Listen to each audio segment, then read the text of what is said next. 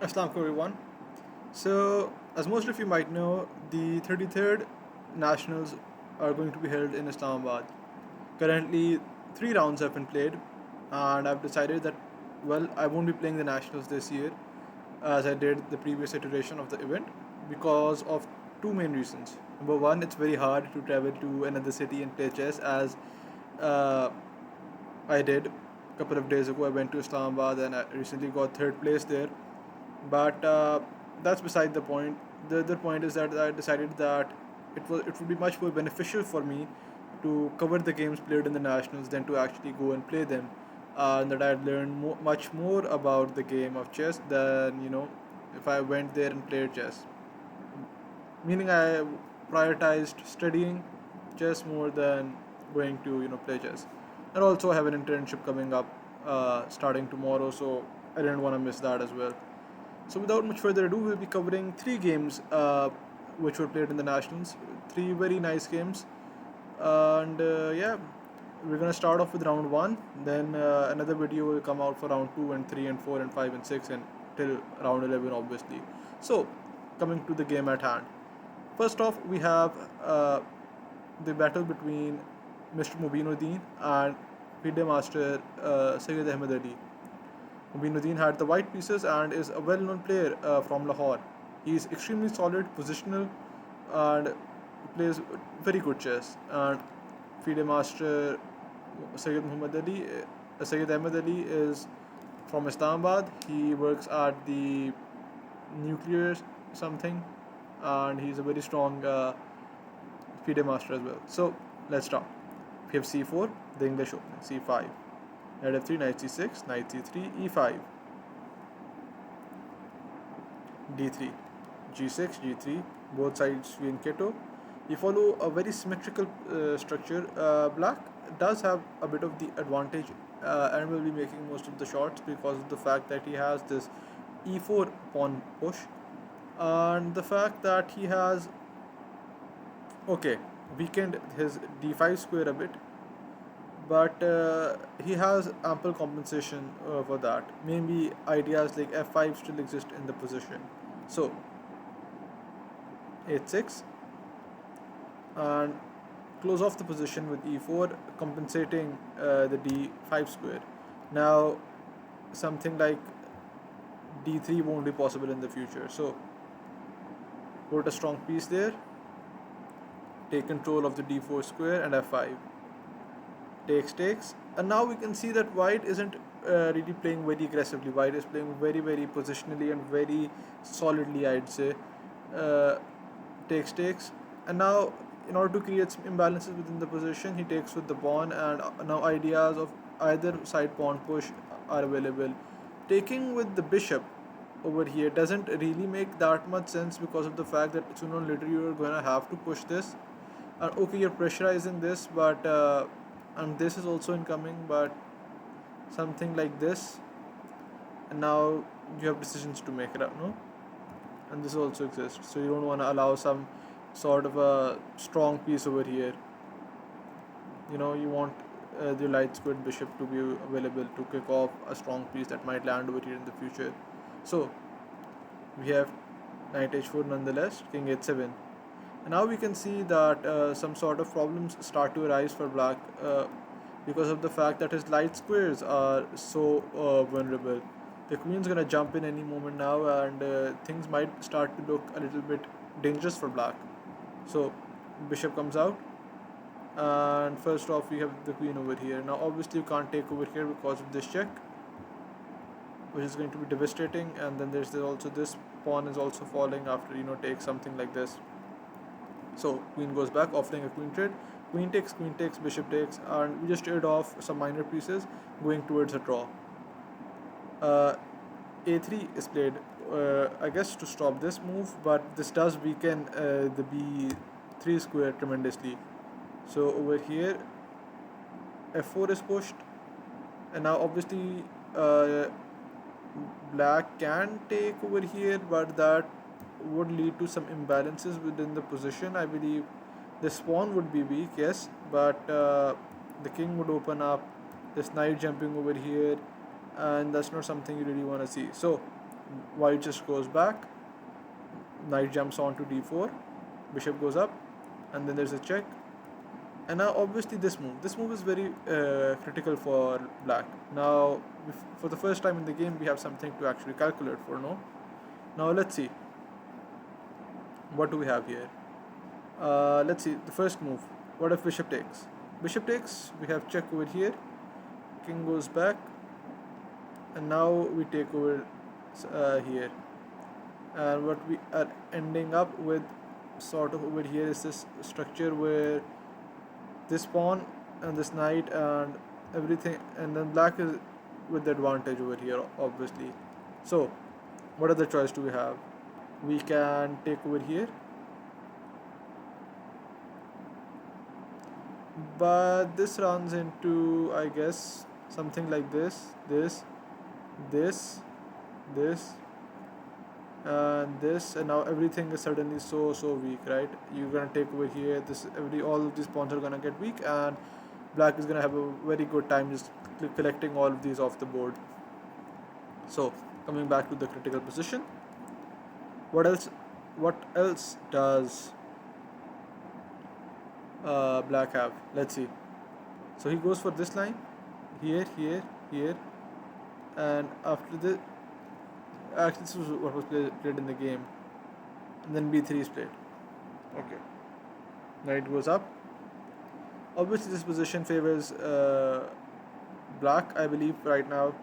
This pawn isn't that weak because you can simply just, if this happens, you can go over here, and if the knight goes over here, I guess you go over there with check first, and then after this moves you just move this out of the way over here. So there isn't any tactics in the position as such right now. So simply rook over here, rook goes there, and you make a room for your king to escape. Over here, king goes up, symmetrical position, and now black has a trick, white has a trick over here. So after this move, the trick over here which white opts for is this, here, and after this you have two pawns for the exchange. You're doing completely well. This pawn is weak, this pawn is a backward pawn, this pawn is protected, and you have two very good pawns, and the rooks aren't that coordinated. The knight is going to be a menace on the key squares. So knight goes back to f3. In hindsight, probably this was much better. You're stopping stuff like this because of the fact that you can't actually take this, because then this falls, and then if this falls, this is also threatened, and this pawn comes open, and there are tactics in the position. But f3 was played a bit passive, but okay. Rook to d3 is allowed, and king goes over here. The other rook infiltrates, and now we push b4. b4 over here is a very big blunder because of the fact that after this move, you simply just push your pawn one step ahead and it's going up. But over here, I think the notation kind of shimmered off a bit, and we don't have much to do. So after this, the game eventually ended into a draw. After this position, this is the last sensible move in the position. After this, a series of blunders are written on the notation sheet, which I believe is a human error. So yes, there is that. After next game, we will be following the game of Momin Faizan, who is a 2600 rated player on chess.com and is one of Pakistan's youngest prodigy. On the other side of the board, we have Raif Jafri, who recently won the tournament that was held in Sindh for preparations for the upcoming nationals.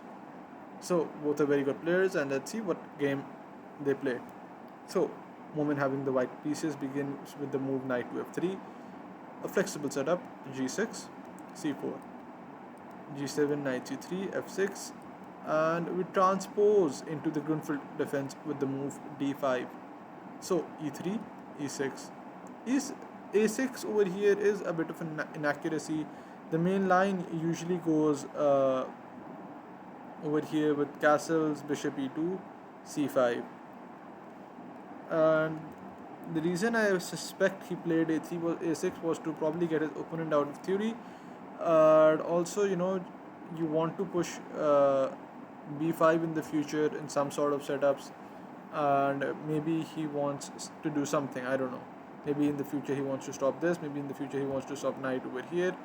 There are all sort of stuffs that a6 does. So we have queen b3 eyeing this this pawn over here, and takes this.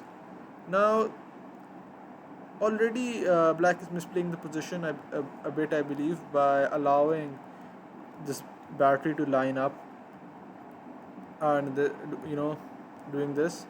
In this position, white will be pushing for the move d5 pawn break in an ideal setup, and targeting this weak f7 square. Also, his knight's gonna jump out over here, and he has pretty much natural development. He's gonna castle. His entire play is gonna be revolving around this d5 break. Now, okay, a4 played, generating some counterplay against a6, probably taking over more of the center, so you can't play of the side. Sorry, so you can't play b5 now. So knight goes out to bd2, a very good move. You want to play c5 now, actually, to take away some of the venom of d5 before it becomes too much of a threat, like imagining your rook over here and stuff like that. So e4 is played, and now c5 was actually the perfect move in the position. You go c5, and now if d5 is played, you just takes, and you just castle next move, right? And there's nothing much that black has in the position. So c5 is actually a move that was begging to be played over here, but instead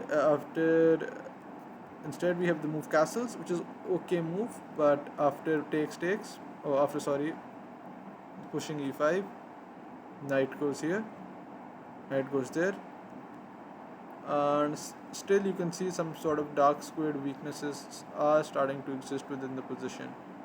So after this move, sorry, knight goes over here, and over here the knight is pretty, it's gonna get pushed around a bit. It is doing some sort of stuff, but not much. So white simply enjoys a superior position and pushes a5, stopping b4. So bishop goes back, queen goes over here. I'm not sure what's the idea over here. Castles, and now b3, b6, sorry, b6. It's a playable move. The idea behind it being you want to fianchetto your bishop, and if takes, you're just arguing that white spent all his time pushing the a pawn for no real reason, and also you're going to be pushing this move in the future as well, just deflecting this strong bishop off the key square. So bishop goes here, rook goes there, and now you're preparing d5 actually. So you kick away the bishop, and over here bishop b7 was played. But I think over here c5 is an idea that must be looked into, because okay, over here if you take, this pawn suddenly becomes very weak, and if you don't, then this is coming in. So there is that, there is stuff like that. So that is an idea. I'm pretty sure the engine is giving plus evaluation for white actually after this move. But so okay, engine is saying knight over here, and if takes,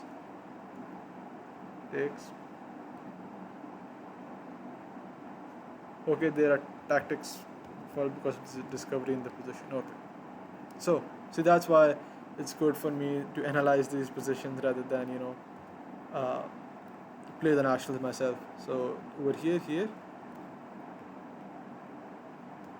bishop b7, queen over here, and now probably okay, you're preparing c5 now.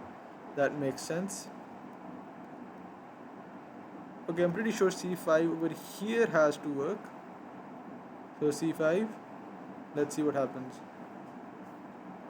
Knight takes, over here, and we run into the same problems. Still, I think we just move our hmm, just move this over to over here, I guess. No, that doesn't work. Probably over here is good. Let's see. And it's a playable position. It's a playable position, no doubt. But still, okay. Knight over here was played.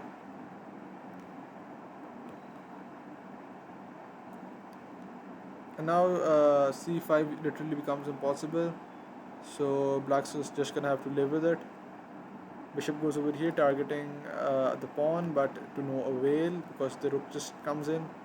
Queen over here adding further pressure, and now uh, white just says you can have the pawn. I'll just gobble up this pawn instead when everything is over. So king goes up, knight goes back, and f5.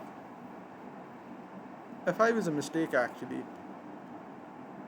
It's a good attempt, saying if en passant didn't exist, but now that it does, there are a lot of tactics against this.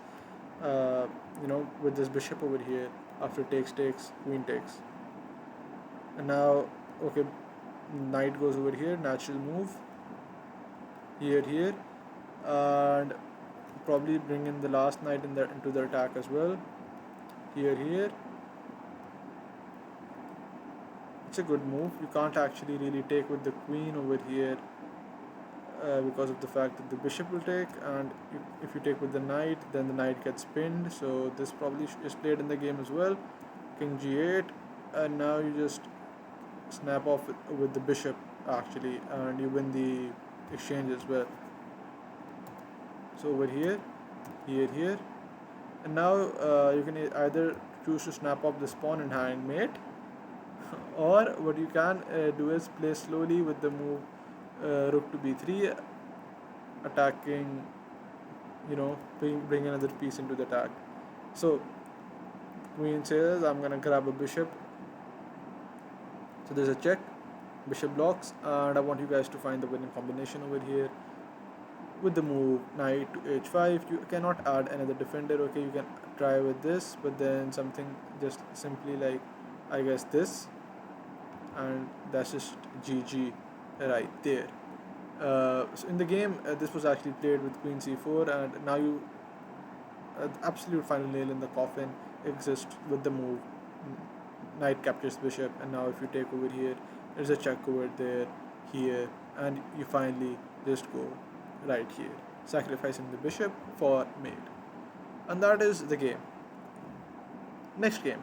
Now this is one of the most biggest upsets in the first round of the tournament. We have FIDE Master Waqar versus Saad Shah. I think I have a lot of his games actually in the game that we played in Islamabad actually, but we have chosen actually not to release those games as of yet, so that all the players who are playing in the tournament can have a good tournament, and it's not unfair to them that their games and lines get released to the public before they've had a chance to actually vie for those top places in the nationals.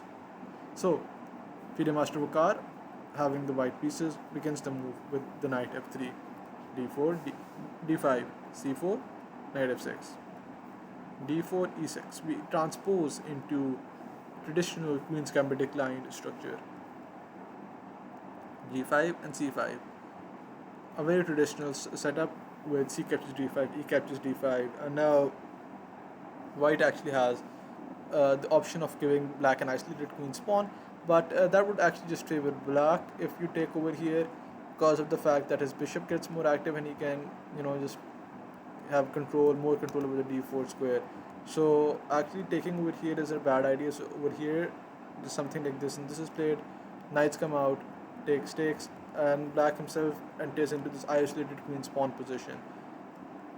Pretty nifty sort of setup over here. What's gonna happen? The rooks are gonna come out, knight over here is gonna be an idea. A very prophylactic move, taking with the bishop, with the knight over here beforehand. Otherwise, you have these sort of ideas where you can pin this knight to the queen, and this square sort of becomes weak in some sort of setups. So bishop goes out. Here. Let's just see where the critical position lies actually. Black's going to be playing. White's going to be playing against this pawn, and the thing Black wants to accomplish in this sort of structures is push d5 at the right, d4 actually at the right moment. So takes,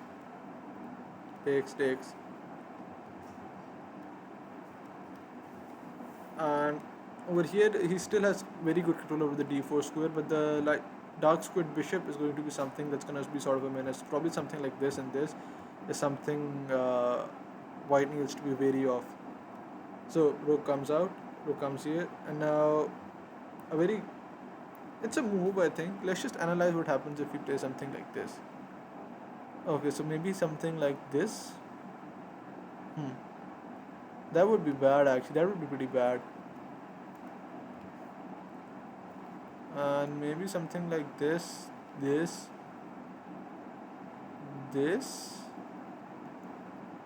Huh. Interesting, really. And then you win a pawn actually. So there is that, but you don't want to enter into an end game with an isolated queen's pawn actually. This is a line. This is a pretty fine line actually. But okay, he played something like else. He played something like this. So okay, queen goes back, I believe. And now you can't push. Probably something like what about b4 here? So after here, what about this move? Now you're threatening to play this. Probably something like this. And this. I don't know. So takes. This seems very nice for black actually. I like this for black. I don't know. Your pawns are on light squares, which I've heard is a good thing. Like if you have a dark squared bishop, you want your pawns to be on the light squares. That's something I've heard. It makes your bishop more free. But still, it's an end game, I believe. It's an end game, and there isn't that many pieces for an attack. So maybe that's not it. Okay, queen goes over here, takes, and now taking over here works. And now you can't actually just play something like I don't know this, because of the fact that after this your structure is ruined beyond the repair, and there isn't really much you can do over here. So okay, instead he goes over here and here. And note, you can't actually just pull off this pawn right here because of this check, and you lose the game. That pawn isn't actually for free, and this light squared, this knight on the light square is going to be a very big menace for the black pieces. And strategically, I think it's something that white shouldn't trade off as of yet, right? So okay, queen goes here, here, f3, and now you just up a pawn with a very solid setup. What you need to do is actually just fight for the open c file as white, in my opinion, and keep the minor pieces on the board, trade off the rooks and the queens, or get a very good position. That's what you need to be vying for. h5 is a very good move, very strategic move by black, just eyeing to stop the kingside expansion of the pawns, and keeping them in check for the end game. So b4 is played, b5, very nice move. So a pair of rooks get traded, and now you trade off the queen as well, knight as well. And the sad thing about this is that you're just trading it off without any damage to the structure. Maybe keeping them over here was good, but maybe black was worried about the fact that white was worried about the fact that he's played f3, and this bishop could have some chances over here. I don't know, some place somehow. But let's see. Okay, he traded it off, saying that I'm up a pawn. I'll probably be able to convert this. I'm a FIDE master, no doubt. And yeah, he probably thought that Saad, being a young player, wouldn't be able to hold him to a draw. But okay, queen d8 check. He also traded off the queens, which in my opinion is it's a it's a bad move. It's not a I wouldn't have done that. Okay, queen goes back, and black plays extremely well over here actually with the move h5 h4, stopping black's king from coming out and advancing his pawns. So rook goes over here, and now this rook is stuck guarding these two pawns right here. If the rook ever moves, these pawns fall, and that's just bad for white. So king here. Slowly white starts to bring out his king. Notice that he doesn't take over here. He wants an outside passer in the future, after maybe perhaps giving up this pawn in the future as well. He wants an outside passer, so that's why he takes with the king. So over here, here, check, king goes here, and now g6 is a very important move because of the fact that you want to actually keep your kings safe towards the other side's pawns, so that this way you get a place to put your king. Had g6 not been played, let's just analyze a position where the king is forced over here, and then something like this, and you just have to go back so much, and that's not good. So g6 is played, rook to c2, king e6, and now black decides that he doesn't need the pawn anymore. But over here, and you can't actually just chop off the pawn right now. That's the sort of nuance that exists within the position. Why? Let's just say you decide to chop off the pawn right now, right? Now, white has this amazing resource of bringing the rook over here. And now what are you going to do about this move? Let's just say black plays something like, was it over here? I think it was over here. So a2, b6, and now all sort of stuff start to happen. Right now, let's just say something like this.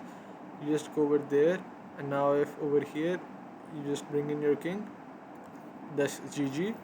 And if over here you can still start to harass the king, and you can chop this off, bring this king right in here, and gobble up all these pawns, and use this rook to control this and push these pawns to victory.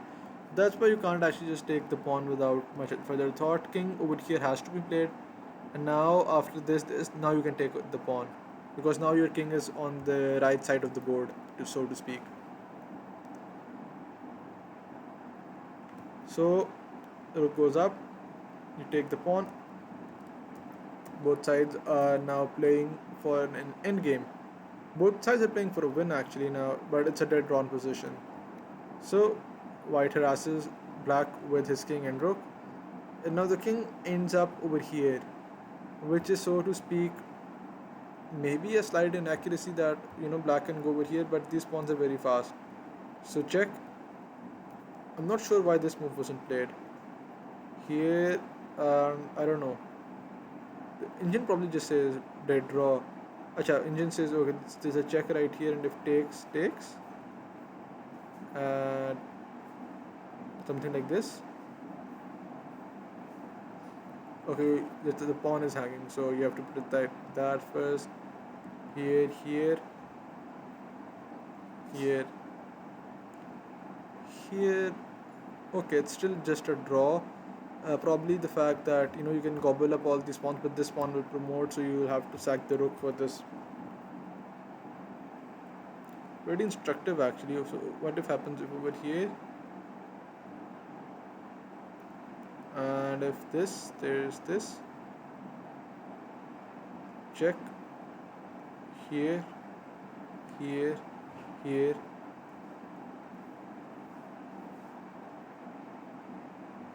Okay, king goes over here, makes sense. And what about this move? Okay, that doesn't work because of the extra pawn. And I guess, yeah, this is a draw in this line. Okay, so here, here.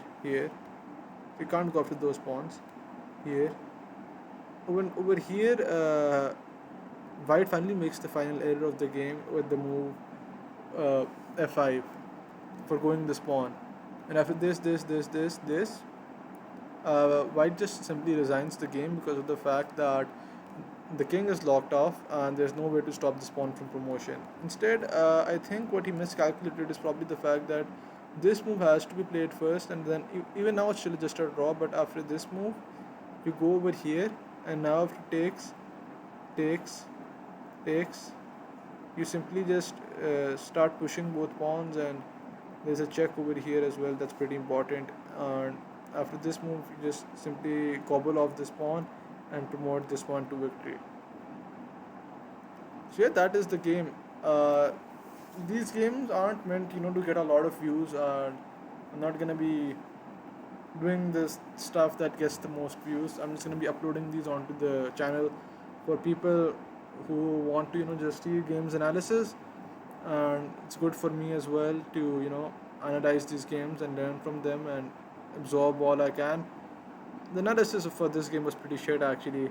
I pretty much just opened up the games and started analyzing in front of the video. Actually, I think what I should do is probably put some effort into the videos, but it is what it is. So yeah, see you next time.